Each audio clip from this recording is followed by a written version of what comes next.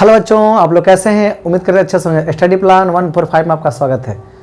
आज हम वेक्टर के प्रकार की बात करेंगे, अर्थात टाइप ऑफ वेक्टर की बात करेंगे और देखेंगे कि वेक्टर कितने प्रकार के होते हैं और इसका मैथ में और फिजिक्स में क्या इंपॉर्टेंस है। ये दोनों चीज़ को हम लोग देखेंगे। तो आइए देखते हैं कि रियल में वेक्टर होता क्या है। अब बात करेंगे कि टाइप ऑफ वेक्टर की हम बात करेंगे। यहाँ पर क्या बात करेंगे? Type of vectors, types of vector यानी सदिश के प्रकार, सदिश के प्रकार। यानी वेक्टर बहुत से टाइप के होते हैं, यानी वेक्टर डिफरेंट टाइप्स के होते हैं। और हम सबसे पहले बात करेंगे समानांतर वेक्टर, मतलब पैरेलल वेक्टर। अब ये देखेंगे रियल में पैरेलल वेक्टर होता क्या है।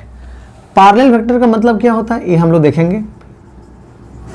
पैरेलल वेक्टर, तो पैरेलल वेक्टर को हम लोग बोलते हैं समानांतर, समानांतर सदिश, समानांतर सदिश। वैसे सदिश जिसका परिमाण समान या असमान हो लेकिन उनकी दिशा क्या हो? सेम हो, अर्थात दिशा समान हो, वैसे सदिश को बोलते हैं समानांतर सदिश। और दो समानांतर सदिश के बीच जो कोण बनते हैं, अर्थात थीटा के जो मान होते हैं, वो होते हैं 0 डिग्री। इस बात को हम लोग कैसे समझेंगे? तो यहाँ पर देखते हैं कि हमारे पास दो वेक्टर है। हो सकता है कि इसका परिमाण बराबर हो सकता है कि वेक्टर ए हो और क्या है, ये वेक्टर बी हो, इनका परिमाण क्या हो? बराबर हो सकता है कि वेक्टर ए का परिमाण और वेक्टर बी का परिमाण क्या हो? बराबर हो और इनकी दिशा सेम हो। यह भी हो सकता है कि ये दो वेक्टर हमने लिए, हो सकता है इसका परिमाण क्या हो? बड़ा हो। देखें, अगर वेक्टर ए है और वेक्टर क्या है? बी है, तो आप देखोगे कि इसकी मैग्नीट्यूड जो है ये क्या है? वेक्टर ए की मैग्नीट्यूड ज्यादा है और वेक्टर बी की मैग्नीट्यूड क्या है? इससे ज्यादा है। वेक्टर ए की मैग्नीट्यूड क्या है? बी से कम है। अर्थात हम बोल सकते हैं कि वेक्टर ए का मैग्नीट्यूड जो है वो वेक्टर बी के मैग्नीट्यूड के बराबर नहीं है। तो यहां पर हमको ये देखना है कि दोनों, अगर यहां समानांतर की बात करते हैं, अगर दो वेक्टर अगर समानांतर होंगे तो इनके बीच जो थीटा का मान होंगे वो कितने होंगे? 0 डिग्री होंगे। यानी यहां भी थीटा का मान कितने होंगे? 0 डिग्री होंगे। अब ये बात को समझेंगे कि कैसे है। यानी यहां पर अगर हम एक्सिस की बात करते हैं, जरा सोचो, हम 3D में बात करते हैं। अगर हमारे पास ये अगर x एक्सिस हो जाता है, y एक्सिस हो जाता है और z एक्सिस, तो आप देखोगे यहां हम i कैप बोलते हैं, इसको j कैप बोलते हैं और इसको क्या? k कैप बोलते हैं। और इस स्पेस में कोई पॉइंट क्या हो? P हो, जिसके लिए हम कोऑर्डिनेट x, y और क्या z की बात करें। यानी हम लिख सकते हैं x1, y1 और क्या z1 की बात कर रहे हैं। तो ये हमारा वेक्टर बन जाएगा। लेकिन यहाँ पर अगर हम इसके पोजीशन की बात करें, वेक्टर OP की बात करते हैं, या वेक्टर मान के चलिए मेरा वेक्टर A है और दूसरा वेक्टर हम ले लेते हैं। यहाँ पर दूसरा वेक्टर हमने ले लिया क्या? तो A हम ले लिया यहाँ पर x, y और क्या z। ये आपका ओरिजिन। यहाँ पर हमने जो पॉइंट ले लिया Q सपोज कीजिए, और हमने मान लिया कि x2, y2 और क्या z2। यहाँ पर इस वेक्टर को मैंने क्या बोला? B बोला। अब यहां पर मैं बात बोल रहा हूं कि इस वेक्टर ए का मैग्नीट्यूड जो होगा ये वेक्टर बी के मैग्नीट्यूड के बराबर नहीं है। नहीं है मतलब क्या? इस ए और ए आपस में बराबर, लेकिन ये जितना एंगल बना रहे हैं वही इतना एंगल ए भी बनाएगा। यानी दोनों के बीच जो एंगल बनेंगे वो कितने डिग्री बनेंगे? 0 डिग्री बनेंगे। लेकिन एक दूसरा केस है कि हो सकता है कि इसका मैग्नीट्यूड सेम हो, डायरेक्शन तो क्या है? सेम होगा ही, मैग्नीट्यूड भी सेम हो और डायरेक्शन भी सेम हो। तो ये किस में हो जाता है? ये हम इसको बोलते हैं इक्वल वेक्टर, अर्थात बराबर सदिश, अर्थात समान सदिश के नाम से भी हम जानते हैं। कब? जब ये दोनों का मैग्नीट्यूड बराबर हो जाएंगे तब। यानी कहने का मतलब है कि यहां से इसकी लेंथ और यहां से इसकी लेंथ अगर ये जब दोनों बराबर हो जाए तो हम बोलेंगे इसकी मैग्नीट्यूड बराबर है और डायरेक्शन भी क्या है? सेम है। लेकिन हम यहां पर बात करते हैं कि ए का मैग्नीट्यूड बी के मैग्नीट्यूड के बराबर नहीं है, अर्थात ए का मैग्नीट्यूड कम है और बी का मैग्नीट्यूड क्या है? ज्यादा है, लेकिन इसकी डायरेक्शन क्या है? सेम है। इसकी डायरेक्शन क्या है? सेम है।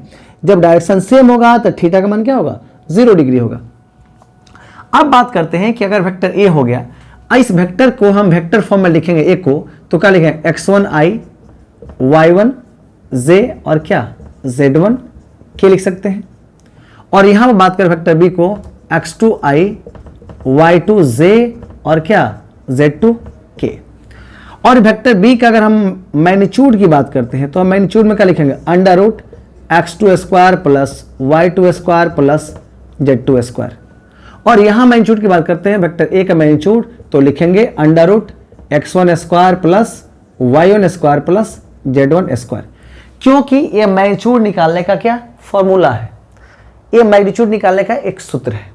तो अब यहां देखेंगे कि अगर इसकी मैग्नीट्यूड बराबर है, तो अगर ये मैग्नीट्यूड बराबर हो जाए तो हम कहेंगे कि मेरा इक्वल है, अर्थात ये x1 क्या होगा, x2 के बराबर होगा, y1 क्या होगा, y2 के बराबर होगा और z1 क्या होगा, z2 के बराबर होगा। लेकिन अगर x1 y1 का y2 के बराबर नहीं है, y1 क्या z2 के बराबर नहीं है और z1 क्या है, z2 के बराबर नहीं है, तो हम कहेंगे कि दोनों का मैग्नीट्यूड बराबर नहीं है। यानी हम कह सकते हैं कि वैसे सदिश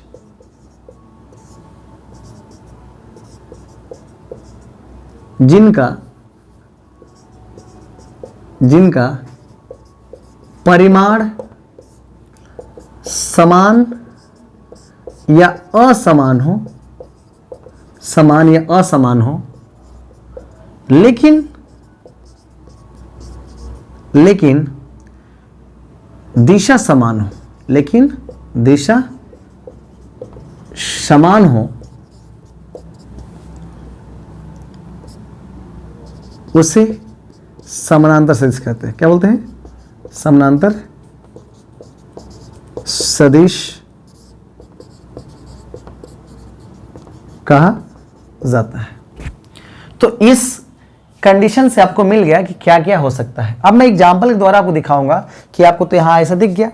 सपोज करो मैं एग्जांपल ले रहा हूं, इस बात का इस पर केयर कीजिए, ध्यान दीजिए।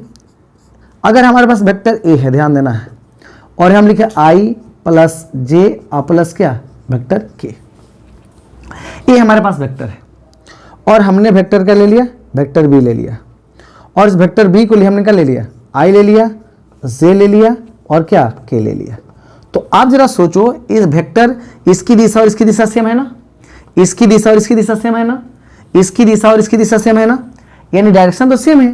तो अगर डायरेक्शन सेम है तो इसका अगर मैग्नीट्यूड सेम होगा तो मेरा समानांतर तो होगा, लेकिन समानांतर में भी मेरा कैसा होगा, समान सदिश होंगे, अर्थात बराबर सदिश होंगे, अर्थात इक्वल वेक्टर होंगे। तो यहां पर कहने का मतलब है कि अगर इसका हम वेक्टर फॉर्म निकालते हैं तो वेक्टर फॉर्म में क्या होगा, अंडर रूट, ये यहां पर 1 छुपा हुआ है ना, तो 1 का स्क्वायर यहां भी 1 छुपा हुआ है, प्लस 1 का स्क्वायर यहां भी 1 छुपा हुआ है, प्लस 1 का स्क्वायर, अर्थात कितना हो गया, √3। हम बी की बात करते हैं, तो अगर हम बोलते हैं कि वेक्टर बी का अगर मैग्नीट्यूड निकालेंगे तो क्या होगा, फिर सेम चीज है कि यहाँ भी 1 है, यहाँ भी 1 है और यहाँ भी 1 है, तो हम लिख सकते हैं अंडर रूट 1 का स्क्वायर 1 का स्क्वायर 1 का स्क्वायर, अर्थात क्या √3। तो हम कह सकते हैं यहाँ पर वेक्टर ए का मैग्नीट्यूड जो है वेक्टर बी के मैग्नीट्यूड के बराबर है, साथ ही इसकी डायरेक्शन भी क्या है, सेम है। तो अगर डायरेक्शन सेम है और मैग्नीट्यूड बराबर है तो वेक्टर तो पैरेलल होंगे ही, अर्थात समानांतर तो होंगे ही, लेकिन अपने आप में क्या होंगे, अपने आप में क्या होंगे, ये पैरेलल वेक्टर होंगे। क्यों कि डायरेक्शन कहता है ना कि समान हो भी सकता है और असमान भी हो सकता है, तो हम समान की बात की, यहां पर समान है। लेकिन अगर असमान होता, दूसरा एग्जाम्पल दे रहे हैं, दूसरा एग्जाम्पल, अगर असमान होता तो क्या आप करते, आप अगर वेक्टर ए ले लेते, आप लिखते हैं कि i प्लस 2j और प्लस क्या 3k, और वेक्टर बी बराबर आपने लिखा कि 2i प्लस 4j और प्लस 5k।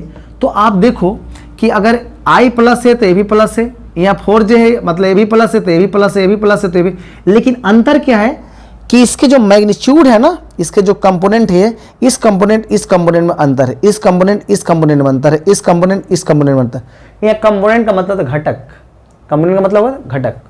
तो आप जरा सोचो, इसका अगर मैग्नीट्यूड निकालते हो तो इसका मैग्नीट्यूड क्या होगा। तो वेक्टर ए का मैग्नीट्यूड क्या होगा आप देखो, तो आप देखोगे √1 का स्क्वायर, 2 का स्क्वायर और क्या 3 का स्क्वायर, अर्थात आप लिख सकते कितना √14।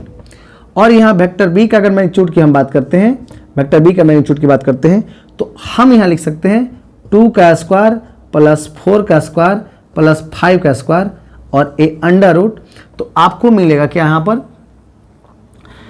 पर 41 और क्या ये आपका मिल गया √ कितना 45। आप देखो कि ये मैग्नीट्यूड और ए मैग्नीट्यूड क्या इक्वल है क्या, नहीं है ना। तो यहां आप देखोगे कि ये वेक्टर तो क्या है, आपस में समानांतर है, आपस में समानांतर है।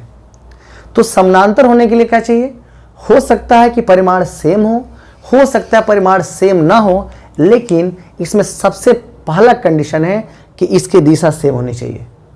तो अगर दिशा सेम है और परिमाण बराबर है या परिमाण बराबर नहीं है तो ये हमेशा समानांतर सदिश होंगे।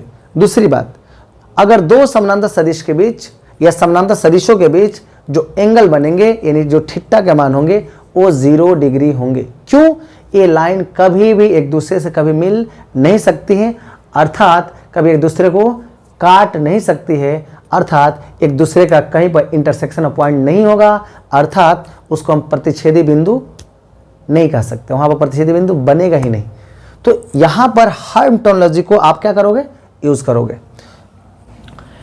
दूसरा हम वेक्टर की बात करते हैं कि एंटी पैरेलल वेक्टर, इसको बोलते हैं प्रति समानांतर सदिश। मैं क्या बोला, एंटी पैरेलल।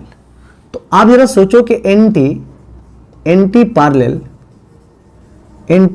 जो वेक्टर होगा इसको बोलते हैं प्रति समानांतर सदिश की बात करते हैं। तो यहां पर समझना है कि प्रति समानांतर रियल में है क्या, क्या समझेंगे, रियल में प्रति समानांतर है क्या। प्रति समानांतर होने का मतलब है कि अगर वैसी समानांतर रेखा जिनकी डायरेक्शन अपोजिट हो, मैग्नीट्यूड बराबर हो भी सकता है और नहीं भी हो सकता है। तो मैं क्या कह रहा हूं कि अगर हमारे पास कोई दो वेक्टर, अगर वेक्टर यहां पर ए है, याद रहे, और कोई वेक्टर क्या है ए बी है, तो हो सकता है कि इनका मैग्नीट्यूड बराबर हो, लेकिन अगर दो प्रति समानांतर सदिश के बीच जो थीटा के मान बनते हैं वो हमेशा 0 डिग्री नहीं होते, क्या होते हैं, वो हमेशा 180 डिग्री होते हैं। लेकिन ये अगर इसका डायरेक्शन सेम होता है तो आप कहते हैं कि यहाँ पर 0 डिग्री होंगे, लेकिन यहाँ पर 0 डिग्री नहीं, कितने एंगल बनाएंगे, तो यहाँ थीटा का मान बनाएंगे 180 डिग्री। कितना, 180 डिग्री। दूसरी बात, यहाँ इस कंडीशन में समझना है कि इसका मैग्नीट्यूड हो सकता है क्या, बराबर हो, मैग्नीट्यूड बराबर हो सकती है, मैग्नीट्यूड बराबर हो सकती है, लेकिन इसकी डायरेक्शन क्या अपोजिट है। जब डायरेक्शन अपोजिट होगा तो इनके बीच थीटा का मान 180 डिग्री। अब यहाँ दूसरी पॉइंट ले रहे हैं कि अगर वेक्टर ए है और वेक्टर बी, तो आपको यहाँ समझना है कि हम टर्मिनोलॉजी यूज कर रहे हैं थोड़ा सा, कि इनके जो डायरेक्शन क्या है, इनके जो क्या है डायरेक्शन है, ये डायरेक्शन एक दूसरे के अपोजिट है। यहाँ देखिए, यहाँ पर आपका वेक्टर बी है, तो देखना कि इसकी मैग्नीट्यूड और इसकी मैग्नीट्यूड तो सेम है नहीं, लेकिन यहाँ थीटा का मान कितने बनेंगे, 180 डिग्री बनेंगे। हम कह सकते हैं कि वेक्टर ए का मैग्नीट्यूड जो है वो वेक्टर बी के मैग्नीट्यूड के बराबर नहीं है, अर्थात ये क्या है, प्रति समानांतर सदिश है। हम कह सकते हैं कि वैसे सदिश जिनका परिमाण आपस में समान हो भी सकते हैं, नहीं भी हो सकते, लेकिन दिशा क्या हो, विपरीत हो, और दोनों के बीच एंगल यानी थीटा का मान अगर 180 डिग्री बनता हो, तो वैसे सदिश को हम बोलते हैं प्रति समानांतर सदिश या एंटी पैरेलल वेक्टर बोलते हैं। क्या बोलते हैं, एंटी पैरेलल वेक्टर। तो यहां से एक कंडीशन आप डिफाइन कर सकते हो। तो अगर आप यहां डिफिनीशन बना सकते हो, तो यहां पर आपने क्या देखा कि यहां पर दोनों का क्या मैग्नीट्यूड सेम है, यहां पर दोनों का मैग्नीट्यूड क्या है, सेम नहीं है। तो अगर सेम है नहीं है तो उसमें क्या अंतर आ सकती है। इनमें क्या होगा कि डायरेक्शन क्या होगा, विपरीत होगा, डायरेक्शन विपरीत होगा, डायरेक्शन ये विपरीत। देखिए यहाँ पर ये अगर इधर गया तो इसकी डायरेक्शन ऐसे है।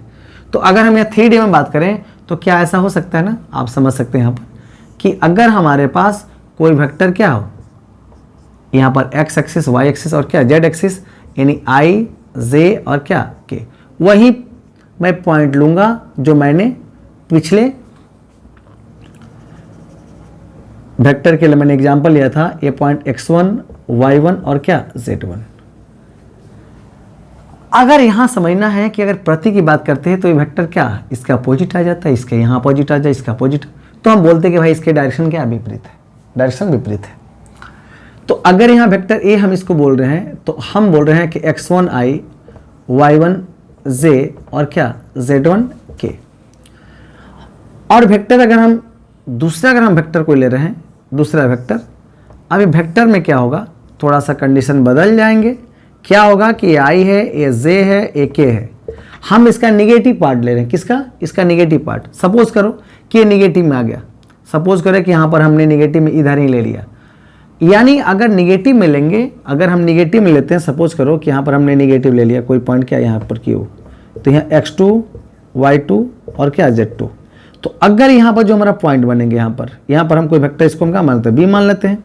तो वेक्टर b बराबर जो होंगे, समझना है ये x2i, लेकिन याद रहे ये जो वेक्टर है ये अपोजिट में है, अर्थात ये माइनस है, क्या इसके चलते ये माइनस है, ये भी माइनस है, ये भी माइनस है, क्योंकि इसका हम अपोजिट की बात कर रहे हैं। अगर ऐसा करना चाह रहे हैं तो आपको इसको डायरेक्शन थोड़ा बदलना पड़ेगा, क्योंकि आपको क्लियर चीज़ दिखे। अगर ये इधर आता तो क्या होता, ये इधर आता तो क्या होता, ये माइनस के होता। अगर ये इधर जाता तो क्या होता, माइनस जे होता। अगर ये आई है, अगर ये इधर जाता तो क्या होता, माइनस आई होता, माइनस आई होता, ये वेक्टर के फॉर्म में। तो यहां पर अपोजिट जाने का यहाँ पर सेंस है, यहां पर अपोजिट जाने का सेंस है। इस बात को हम समझ रहे हैं, इस बात को हम समझने वाले हैं। तो यहां पर आप देख सकते हैं कि क्या क्या बातें हो सकती हैं। तो यहां पर अगर हम बात करते हैं कि vector a equal to x1i y1 j और z1 k, और वेक्टर b इक्वल टू हम लेते हैं कितना, minus x2i minus y2 j और माइनस z2k। तो हमने क्या किया कि इसमें दोनों का मैग्नीट्यूड सेम नहीं है, लेकिन इसके डायरेक्शन अपोजिट है, इसके डायरेक्शन विपरीत है, इसके डायरेक्शन विपरीत है। तो ऐसे वेक्टर को हम बोलते हैं एंटी पैरेलल वेक्टर, क्योंकि इसकी डायरेक्शन क्या विपरीत होती है। मैग्नीट्यूड सेम हो सकता है और नहीं भी हो सकता, मैग्नीट्यूड सेम भी हो सकता है और नहीं भी हो सकता है। तो हम कहें कि मेरा क्या एंटी पैरेलल है। तो अब यहाँ इसका अगर मैग्नीट्यूड निकालने की बात करोगे तो आप क्या करोगे ही ना, अंडर क्या x1 square y1 square z1 square, और यहाँ पर वेक्टर b का मॉडुलस लेंगे तो ये क्या होगा, माइनस x2 का whole square plus minus y2 का whole square plus minus z2 का होल स्क्वायर। अर्थात यहाँ से तो प्लस ही सब बनकर निकलेंगे ना, यहाँ x2 का स्क्वायर y2 का स्क्वायर और z2 का स्क्वायर, और यहाँ तो सेम चिप रह जाएगा। एग्जाम्पल इस बात को हम लोग करना चाहेंगे कि सपोज करो कि अगर हमारे पास कोई वेक्टर a है और हमने लिखा कि i प्लस j प्लस अगर हमने k लिया, और कोई दूसरा हमारे पास वेक्टर क्या है, माइनस i माइनस j और क्या माइनस k है, तो हम बोलेंगे कि इसके अपोजिट है, ये इसके अपोजिट है और ये इसके अपोजिट है। तो अगर अपोजिट होगा, अगर ये अपोजिट होगा तो स्वाभाविक है कि इसकी डायरेक्शन क्या होगी, विपरीत होगी, और डायरेक्शन विपरीत होगी, एंगल कितना बनेगा, 180 डिग्री।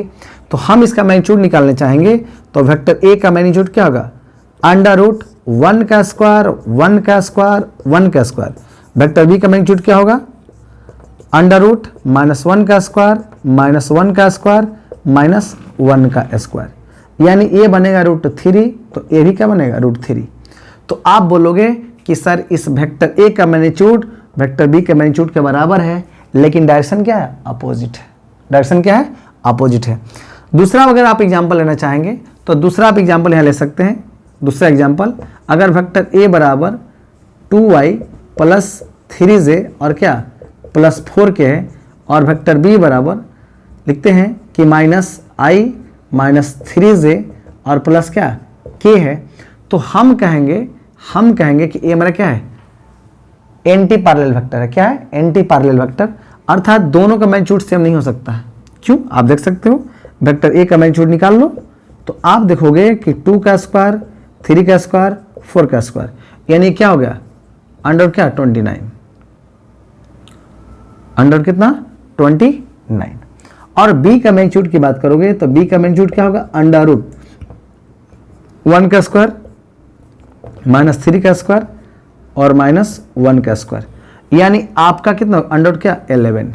तो आप यहां देखोगे कि इनका मैग्नीट्यूड सेम नहीं है लेकिन इनका मैग्नीट्यूड सेम है, तो हम बोलेंगे कि वैसे सदिश जिनका परिमाण समान हो लेकिन डायरेक्शन क्या हो, भिन्न भिन्न हो। यहाँ पर ध्यान रहे कि परिमाण समान हो भी सकते हैं और नहीं भी हो सकते, समान हो भी सकते हैं और नहीं भी हो सकते हैं, तो ऐसे वेक्टर को बोलते हैं प्रतिसमानांतर वेक्टर। तो आप डेफिनेशन लिख सकते हो, कोई बहुत ज़्यादा दिक्कत होने वाला बात नहीं है। ये लिख देते हैं कि वैसे सदिश जिसका परिमाण समान या असमान हो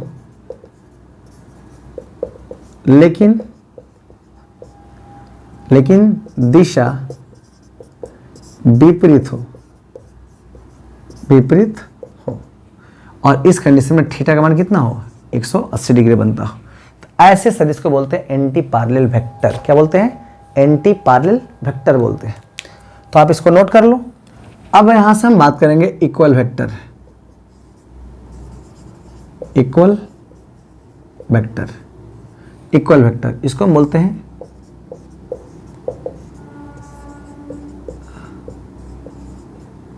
समान सदिश। समान सदिश की जब भी बात करेंगे हम तो क्या कहेंगे कि वैसे सदिश जिसका परिमाण सेम हो और दिशा क्या हो, सेम हो, परिमाण भी सेम हो और दिशा भी सेम हो।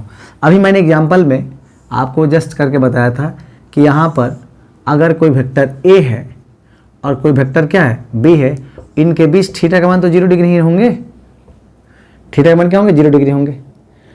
यहाँ पर देखेंगे इसका परिमाण जो है ना, वेक्टर ए का परिमाण और वेक्टर बी के परिमाण क्या होगा, बराबर होना चाहिए। वेक्टर ए का कंपोनेंट वेक्टर बी के कंपोनेंट के क्या होना चाहिए, बराबर होना चाहिए। तो ऐसे वेक्टर को बोलते हैं कि ये हमारा इक्वल वेक्टर है, अर्थात बराबर सदिश है, अर्थात समान सदिश है। हाँ, अगर आप यहाँ लिखना चाहते हो तो आप लिख सकते हो वेक्टर ए बराबर कितना, x1i plus y1j plus z1k। यहाँ लिख सकते हैं कि x2i y2j और क्या z2k।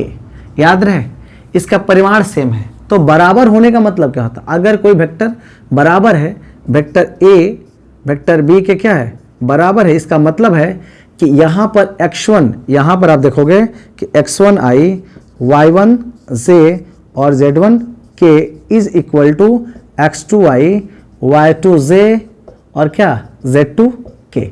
तो आप यहाँ देखोगे कि ये और ये आपस में क्या होंगे, बराबर होंगे। तो आप लिख सकते हो कि x1 इक्वल टू क्या x2, लिख सकते हो y1 इक्वल टू क्या y2, लिख सकते हैं z1 इक्वल टू क्या z2। तो जहां पर एक कंडीशन हो जाए तो आप सोचना कि इक्वल है, क्या है, इक्वल है। क्यों कि इसके कंपोनेंट बराबर है, इसके कंपोनेंट बराबर है और दोनों के डायरेक्शन क्या है, दोनों की दिशा सेम है, साथ ही मैग्नीट्यूड भी सेम है। तो वैसे वेक्टर को बोलते हैं कि ये हमारा बराबर है, ये हमारा क्या है, बराबर है। तो एक कंडीशन से ये चीज़ को हम लोग देख सकते हैं, लिख सकते हैं। अर्थात यहाँ अगर इसका मैग्नीट्यूड निकालने की बात करें, x1 का स्क्वायर y1 का स्क्वायर और क्या z1 का स्क्वायर, ये अंडर रूट हो गए। और इसी के बराबर कौन हो जाएगा, यहाँ पर अंडर रूट x2 का स्क्वायर y2 का स्क्वायर और z2 का स्क्वायर, ये बराबर हो जाएंगे। क्यों कि x1 बराबर x2, y1 बराबर y2 और z1 बराबर z2 है। तो ऐसे अगर सदिश आएंगे वैसे सदिश को हम बोलते हैं इक्वल वेक्टर बोलते हैं, अर्थात समान सदिश, अर्थात बराबर सदिश के नाम से जानते हैं। अब यहां पर एक बात और आप समझ लेना है आपको कि जो आपका क्या समानांतर सदिश होता है, आपका क्या पैरेलल वेक्टर होता है, वो इक्वल वेक्टर हो भी सकता है और नहीं भी हो सकता है। लेकिन अगर कोई इक्वल वेक्टर होगा तो हमेशा पैरेलल वेक्टर होगा। मैं क्या बोल रहा हूं कि समानांतर सदिश, मैं क्या बोल रहा हूं यहां पर, समानांतर सदिश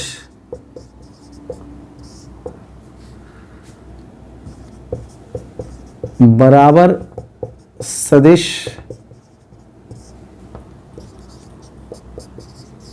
हो भी सकते हैं और नहीं भी, लेकिन बराबर सदिश हमेशा समानांतर सदिश होते हैं, समानांतर सदिश होते हैं, याद रहे, क्योंकि पैरेलल भी है और क्या बराबर भी है। तो यहां से एक कंडीशन आपको मिल जाएगी कि अगर दो सदिश अगर क्या होंगे, अगर बराबर होंगे तो डायरेक्शन भी सेम है, क्या लिखेंगे, same direction plus same magnitude, अर्थात समान परिमाण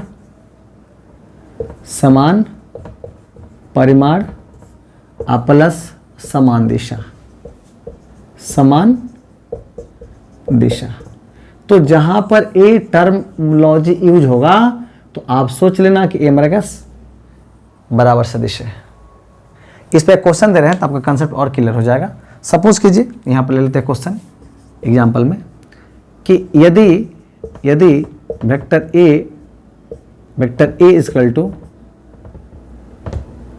आई प्लस जे प्लस के और vector B equal to X I Y J और जेड के, तो एक्स वाई जेड का मान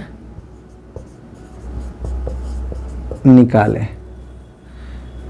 इसका मान निकालना है तो यहां पर कहता है कि ये बी इतना इसके बराबर हो और एक्स वाई जेड का मान निकालें जब एक्स वेक्टर ए बराबर क्या हो, वेक्टर बी हो, वेक्टर ए वेक्टर बी के बराबर हो, तब की कंडीशन है। तो अगर ऐसा कंडीशन आएगा तो हम इस चीज़ को डिफाइन कर सकते हैं। जब ऐसा कंडीशन आएगा तो इसको हम डिफाइन कर सकते हैं। तो आप यहाँ देखो कि हो क्या सकते हैं, यहाँ पर क्या हो सकता है। तो यहाँ पर हम देख रहे हैं कि यहाँ पर होने के लिए तो बहुत कुछ हो सकता है। क्या करना है कि दोनों आपस में बराबर है ना, तो आप लिखोगे वेक्टर ए इक्वल टू क्या, वेक्टर बी, दोनों के कंपोनेंट को रखिए तो आपका आई हो गया प्लस जे प्लस के बराबर क्या हो गया, यहाँ पर x I Y J plus Z के, अर्थात x बराबर 1, y बराबर 1, z बराबर 1। अर्थात आप समझना है कि इसके कंपोनेंट के बराबर है, अर्थात ये समानांतर सदिश से साथ ही बराबर है। इसको नोट कर लें, आगे चलते हैं। अब हम बात करने वाले हैं अपोजिट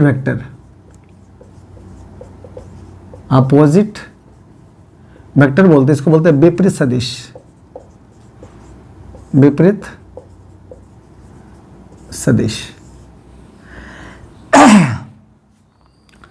विपरीत सदिश होने के लिए क्या समझना है कि इसकी दिशा जो होती है ये क्या होती है, अपोजिट होती है।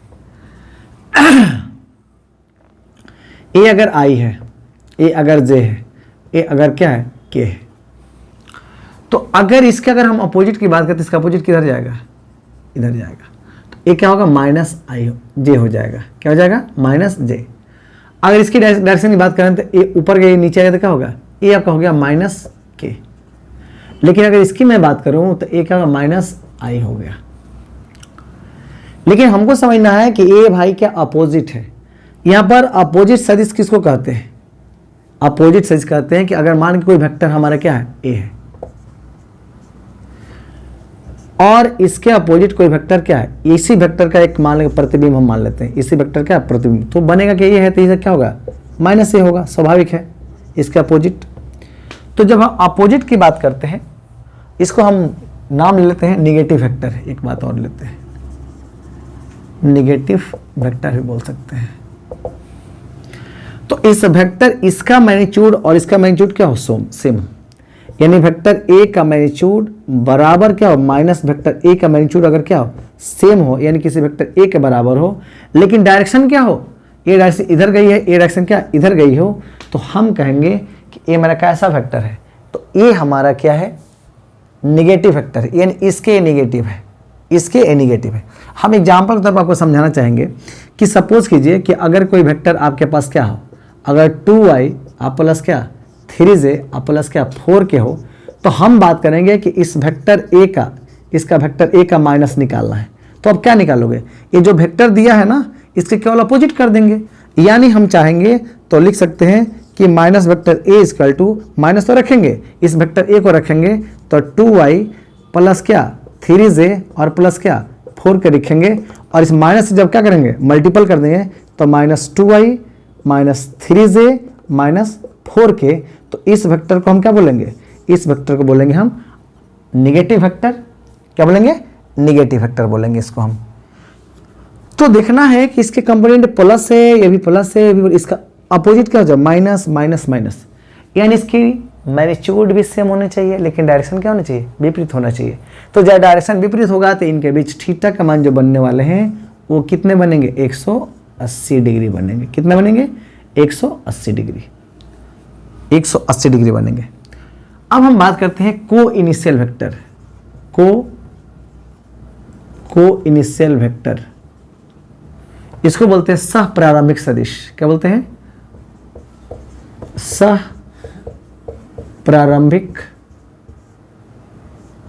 सदिश बोलते हैं। को इनिशियल जब एक ही बिंदु से या एक ही कॉमन पॉइंट से अगर बहुत सारे वेक्टर क्या होती है, उत्पन्न होती है, प्रोड्यूस होती है, तो वैसे वेक्टर को बोलते हैं को इनिशियल वेक्टर। और ये वेक्टर डायरेक्शन और मैग्नीट्यूड पर निर्भर नहीं करती है। इसका मैग्नीट्यूड कुछ भी हो, इसका डायरेक्शन कुछ भी हो, ये कोई मैटर नहीं रखता है। अर्थात हम कह सकते हैं डायरेक्शन और मैग्नीट्यूड कोई मैटर नहीं करता है।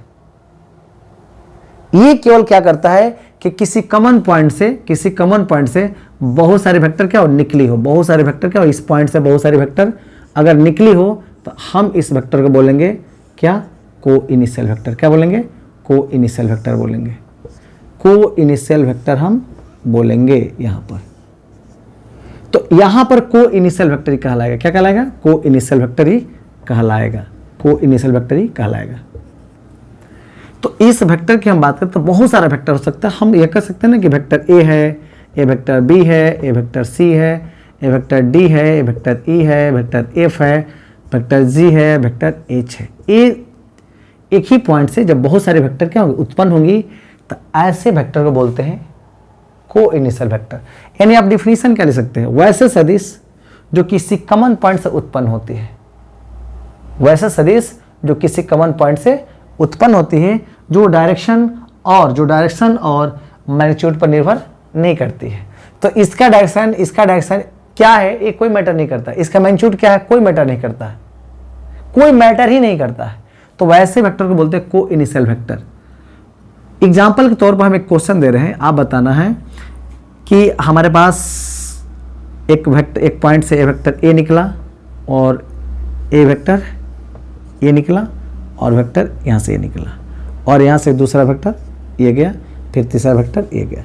हमने बोला कि वेक्टर ए है, ये वेक्टर बी है, वेक्टर सी है, वेक्टर डी है, वेक्टर ई है।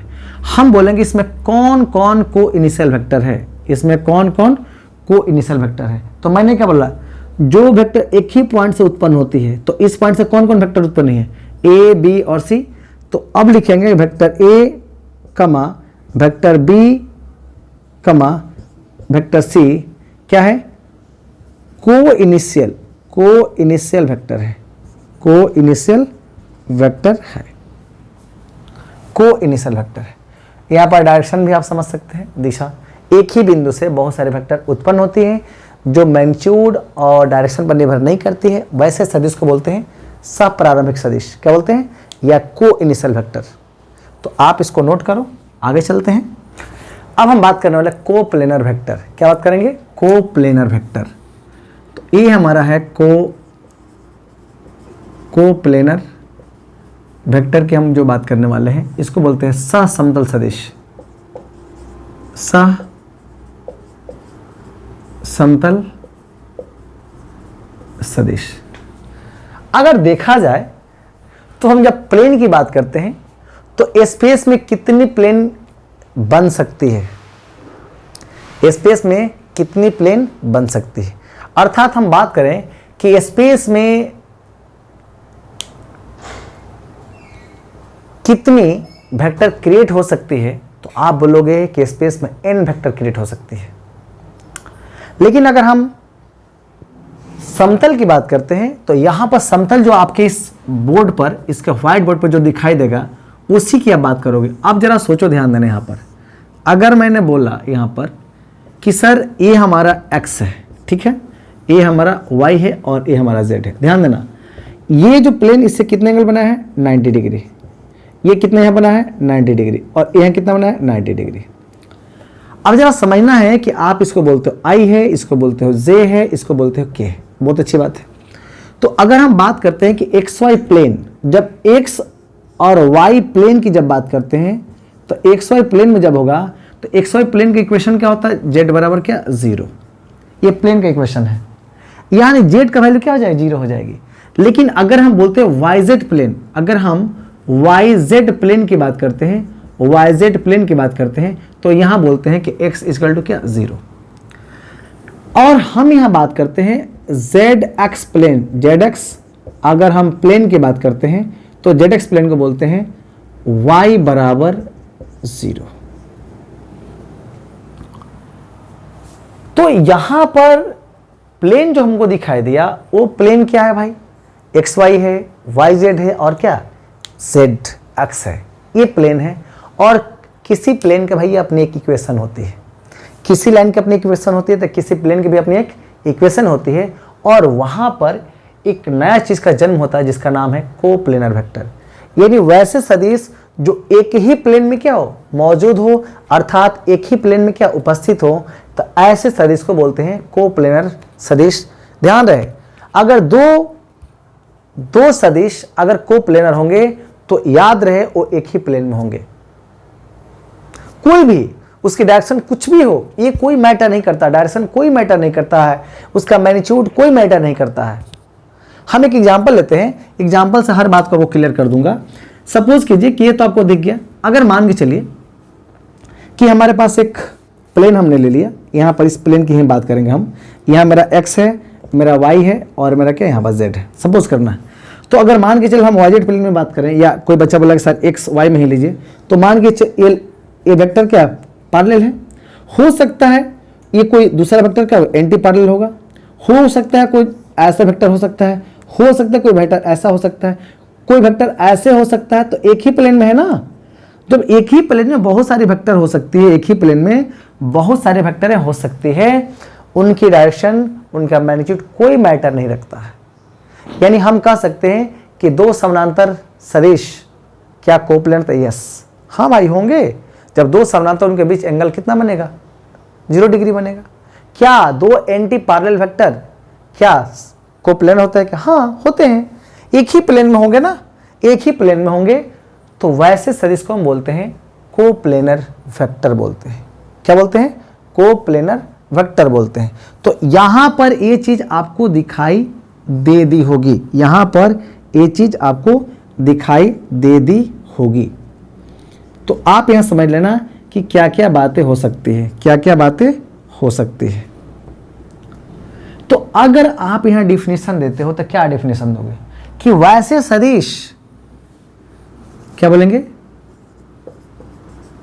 वैसे सदिश जो सेम प्लेन में, क्या बोल रहा हूं, सेम प्लेन में क्या हो मौजूद हो, क्या हो मौजूद हो, यानी सेम प्लेन में जो मौजूद होगा ना, तो वैसे सदिश को बोलेंगे ये क्या है समतल सदिश, अर्थात कोप्लेनर वेक्टर। तो ये जो भी आपको दिख रहा है ना, ये कोप्लेनर वेक्टर होंगे। तो यह पॉइंट वाइज कर सकते हैं कि दो समानांतर सदिश कोप्लेनर होते हैं, दो एंटी पैरेलल सदिश कोप्लेनर होते हैं, दो बराबर सदिश कोप्लेनर होते हैं, और को इनिशियल वेक्टर भी किसी में होंगे ना, कि एक ही मान के चलिए इस पॉइंट से क्या बहुत सारे वेक्टर उत्पन्न हो गई, तो हम बोलेंगे ना एक ही प्लेन में है। तो तमाम जितनी भी चीज दिख रहे हैं ना, ये सब क्या है, सब सहसमतल सदिश है। क्या है, सब सहसमतल सदिश है। दूसरी बात, जो फ्री वेक्टर्स होते हैं ना, जो फ्री वेक्टर्स होते हैं, हम बोलते हैं फ्री वेक्टर्स। फ्री वेक्टर्स किसको कहते हैं? जिसकी मैग्नीट्यूड सेम हो, उसका डायरेक्शन सेम हो, वो जब भी शिफ्टिंग हो का पैरेलल शिफ्ट करता हो, तो वैसे सदिश को बोलते हैं फ्री वेक्टर। तो फ्री वेक्टर भी क्या है? कोप्लेनर वेक्टर है। क्या है? कोप्लेनर वेक्टर है। तो फ्री वेक्टर भी क्या होता है? कोप्लेनर वेक्टर होते हैं। तो अब यहां पर हम इसमें एक छोटा सा प्यारा सा नया टॉपिक लगा सकते हैं। क्या? Free vector. क्या बात करेंगे? फ्री वेक्टर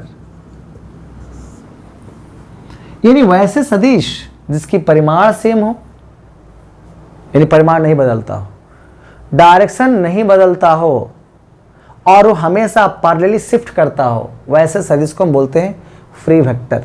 मैं क्या बोल रहा हूं कि वैसे सदिश, याद रहे, वैसे सदिश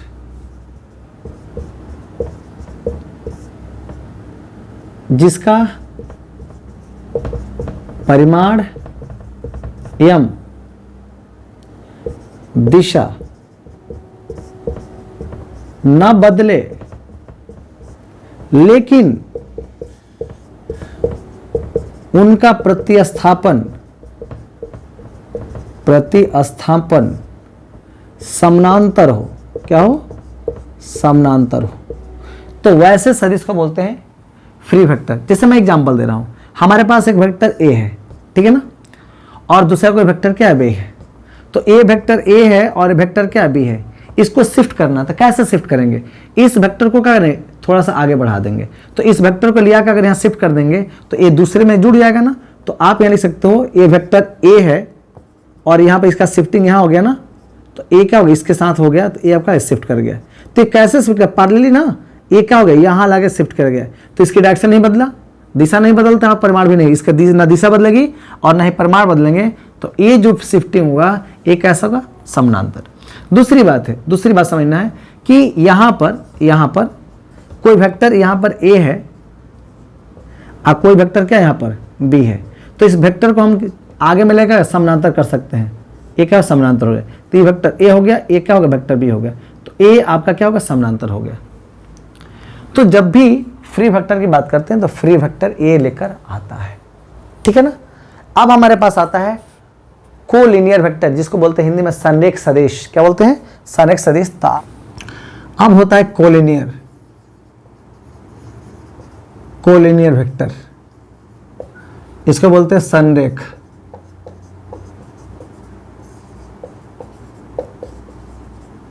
सदिश।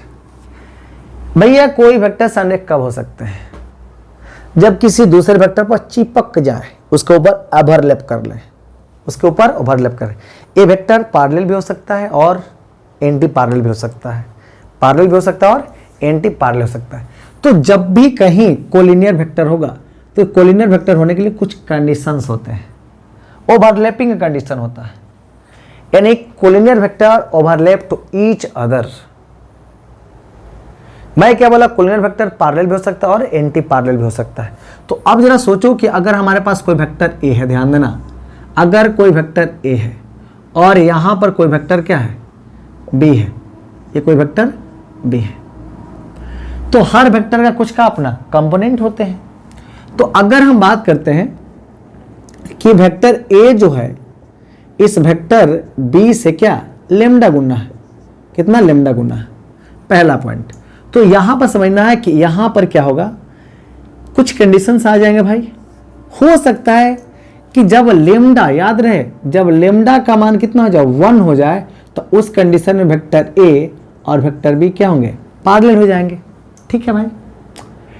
अब एक बात और हो सकता है कि लेमडा का मान ग्रेटर देन 0 हो, यानी 0 से क्या बड़ा हो। तो 0 से जब बड़ा होगा तो ये वेक्टर ए जो होगा, वेक्टर ए क्या होगा? 0 से बड़ा मतलब 1 2 3। तो जब 0 से बड़ा होगा तो ए क्या होगा? बराबर तो नहीं होगा ना, ये तो बराबर नहीं होगा, डायरेक्शन सेम है लेकिन बराबर नहीं है।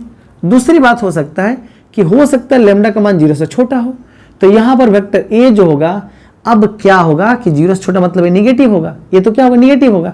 तो जो यहां पर आपको लिखा गया है कि 0 से बड़ा मतलब आप यहां अगर चाहोगे तो आप लिख सकते हो लेमडा इंटू क्या? वेक्टर बी लिख सकते हो, लेमडा इंटू वेक्टर बी। इसका वैल्यू क्या पॉजिटिव हो गई। लेकिन अगर यही निगेटिव होती तो आपको लिखता माइनस लेमडा वेक्टर क्या बी। अब याद रहे कि ए आपका क्या प्रति समानांतर, ये क्या है प्रति समानांतर है, ये क्या है समानांतर है, और ये क्या है बराबर है। तो अगर कोई वेक्टर कोलिनियर होते हैं तो वो वेक्टर क्या होंगे बराबर भी होंगे, हो सकते हैं, समानांतर भी हो सकते हैं और प्रति समानांतर भी हो सकते हैं। दूसरी बात, अगर ये वेक्टर अगर ऐसे लेकर आ जाता, दूसरी बात हो सकता है कि हो सकता है यहां पर कि वेक्टर ए का कुछ कंपोनेंट हो, मान के चलो कि इसके कंपोनेंट को हम क्या मान ले, बोलो x1 i y1 j और क्या z1 k, इसको बोलते हैं x2 y y2 j और क्या z2 k। तो अगर इसको हमको चेक करना है तो लिख सकते हैं वेक्टर a और बाई क्या वेक्टर b बराबर इसके कंपोनेंट को हम चेक करना चाहेंगे तो हम यहाँ पर ये चेक कर सकते हैं कि भाई क्या क्या हो सकता है। अगर x1 बाई क्या x2 बराबर y1 बाई क्या y2 बराबर क्या z1 बाई क्या z2 अगर किसी कांस्टेंट टर्म के बराबर हो जाए, अगर किसी कांस्टेंट टर्म के बराबर हो जाए तो हम कहेंगे कि ये मेरा वेक्टर क्या है कोलिनियर है, ये वेक्टर मेरा क्या कोलिनियर है। तीसरा हो सकता है कि वेक्टर ए का क्रॉस प्रोडक्ट यानी एरिया ऑफ वेक्टर जो होता है या पैरेललोग्राम अगर ये 0 के बराबर हो जाए तो आप सोच लेना कि ये आपका कोलिनियर वेक्टर है। तो कोलिनियर वेक्टर के लिए क्या कंसेप्ट है कि हो सकता है वेक्टर ए क्रॉस वेक्टर भी 0 हो जाए, हो सकता है a1 by a2 b1 by b2 यानी x1 by x2 y1 by y2 z1 by z2 बराबर k हो जाए, ये भी हमारा क्या होगा कोलिनियर वेक्टर होगा। और एक तो कंडीशन है, तो जितने भी बराबर वेक्टर होंगे सब कोलिनियर होंगे, जितने भी समानांतर वेक्टर सब कोलिनियर होंगे और जितने भी प्रति समानांतर सब कोलिनियर होंगे। मैं एग्जांपल में आपको दिखाना चाहूंगा कि सपोज करो एग्जांपल ले लो कि अगर वेक्टर a बराबर अगर 2i प्लस 3j प्लस हमने क्या ले लिया 4 के ले लिया, समझना है बस, और वेक्टर b इक्वल टू हमने ले लिया कि 4i plus 6j plus 8k मैंने ले लिया। हम बोले कि वेक्टर a और वेक्टर b कोलिनियर है, यस या नो। तो आप एक रेशियो से निकाल सकते हैं ऐसे। तो अगर कोई बच्चा बोले सर हम रेशियो से पहले निकाल करते हैं वेक्टर a बाई क्या वेक्टर b, तो हम लिखेंगे ऐसा होता है। तो हम इसका काउंट 2 बाई क्या 4 इक्वल टू क्या 3 बाई क्या 6 इक्वल टू क्या 4 बाई क्या 8। अरे भैया ये कटेगा तो कितना आएगा 1/2 ना, यानी सबके लिए बराबर है ना। जब सबके लिए अगर एक लेमडा का वैल्यू अगर बराबर हो जाए तो आप सोच रहे हैं कोलिनियर है। कोई बच्चा बोला सर हमको ऐसे पसंद नहीं है, हम बताओ क्या करोगे, ये वेक्टर बी दिख रहा है ना, इस वेक्टर बी को आप क्या लिख सकते हो, इस वेक्टर बी को तो हम चाहेंगे वेक्टर बी बराबर हम लिख सकते हैं क्या, इसमें से क्या कमन 2 कमन ले लो तो क्या 2i प्लस क्या 3j और प्लस क्या 4k अगर आया तो ये वेक्टर ए ना हो गया। तो अब चाहोगे तो 2 इंटू वेक्टर ए लिख सकते हो, तो b बराबर क्या 2 इंटू वेक्टर ए लिखोगे तब भी आपका क्या कोलिनियर है। तो ये कोलिनियर का कंसेप्ट है, यानी वैसे सदिश जो एक दूसरे पर ओवरलैप करता हो वैसे सदिश को हम बोलते हैं कोलिनियर वेक्टर। क्या बोलते हैं कोलिनियर वेक्टर बोलते हैं। इसको नोट करें, आगे चलते हैं हम लोग। अब हम बात करते हैं नल वेक्टर।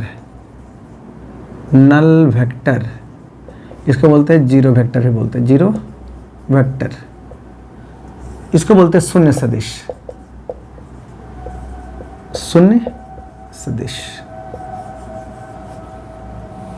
सपोज करो कि हमारे पास एक सबस्टांस है, मान लो कि इसका मास m kg है,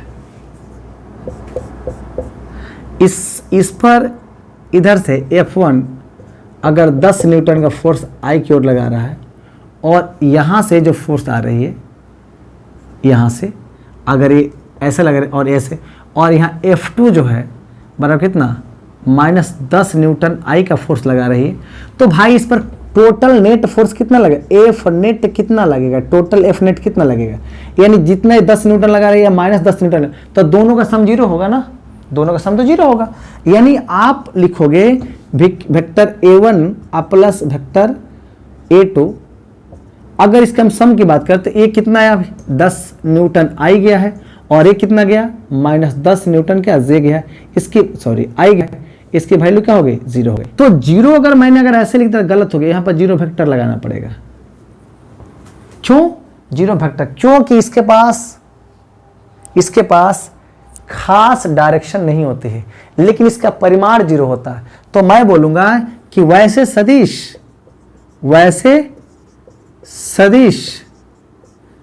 जिसका परिमाण 0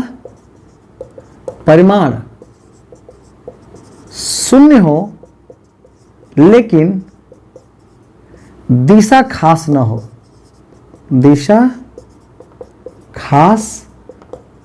हो, यानी जिसको दिशा को हम परिभाषित नहीं कर सकते हैं, तो वैसे सदिश को हम बोलते हैं क्या, नल वेक्टर। एक और एग्जांपल देते हैं, ये तो पहला एग्जांपल, दूसरा एग्जांपल बात करेंगे। सपोज करो कि हमने क्या देखा कि हमने एक फोर्स ले लिया था क्या, वेक्टर A1, और दूसरा फोर्स का हमने वेक्टर A2। तो ये तो आपका निगेटिव वेक्टर था ना, इसके निगेटिव है। अगर हम F यानी FA अगर हम नेट लगा रहे हैं, सॉरी A नेट लगा रहे हैं हम लोग, तो A नेट कितना होगा, ये दोनों का सम माइनस A और प्लस क्या A अगर मिलेगा तो 0 हो जाएगा ना, लेकिन ये वेक्टर लगाना पड़ेगा। अगर वेक्टर नहीं लगाएंगे तो क्या 0 हो जाएगा, नहीं लगाएंगे तो 0 हो जाएगा। तो ये आपको कंडीशन देखकर चलना